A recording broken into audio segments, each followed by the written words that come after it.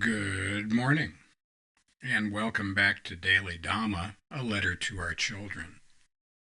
Today is November 28th, and our reading is Edmund Burke. On the scheme of this barbarous philosophy, which is the offspring of cold hearts and muddy understandings, and which is as void of solid wisdom as it is destitute of all taste and elegance, laws are to be supported only by their own terrors.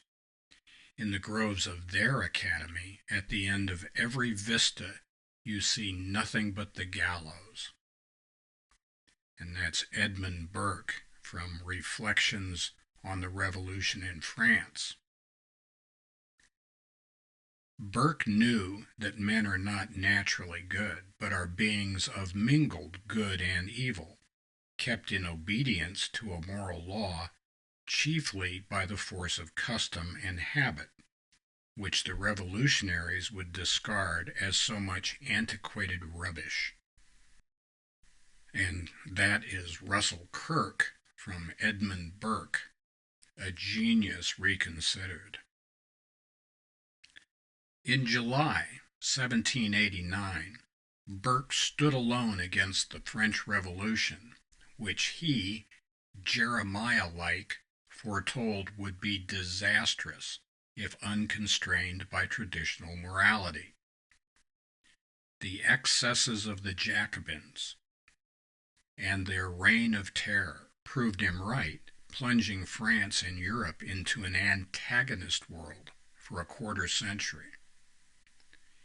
The revolutionaries, promising everything to everyone, not only made promises they could not keep, they also fed the mob's worst instincts, with all too predictable results.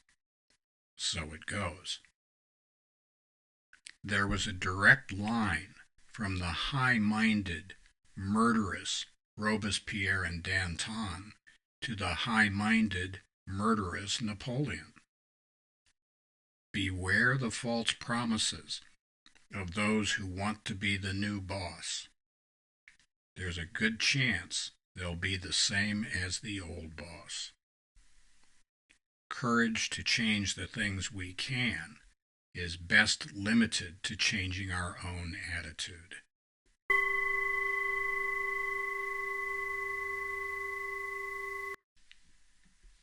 Yeah, Burke is our kind of guy. A genius indeed. And there's a wonderful tradition in letters that go from Edmund Burke and his reflections on the Revolution in France to his letters on a regicide peace, down to C.S. Lewis with The Abolition of Man, and Thomas Sowell, The Vision of the Anointed, self-congratulation as a basis for social policy. And what they all have in common is this. They say that there is a natural law to which all of us are subject, that it is eternal, that it's been there forever, and that we ignore it at our peril. All three of these guys say that it is a fantasy, a dangerous fantasy, a fatal conceit, that we know better than the Tao, than God, than the way things are. And it doesn't really matter if we're looking at good, orderly direction in the Buddhist sense, or if we're looking at Yahweh, or if we're looking at the Tao, or whatever position you want to take it from. Krishna said the same thing to Arjuna in the Bhagavad Gita. Pick whichever philosophy floats your boat, but they all basically say the same thing. There are things that we can do and things that we can't do, and we know very good and well what those things are.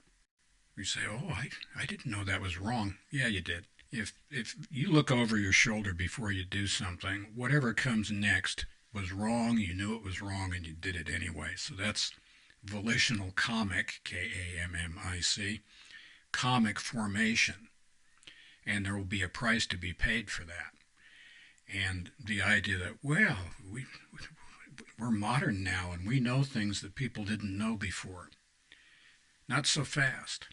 You know, the noble ones say not for sure, and we're kind of with them.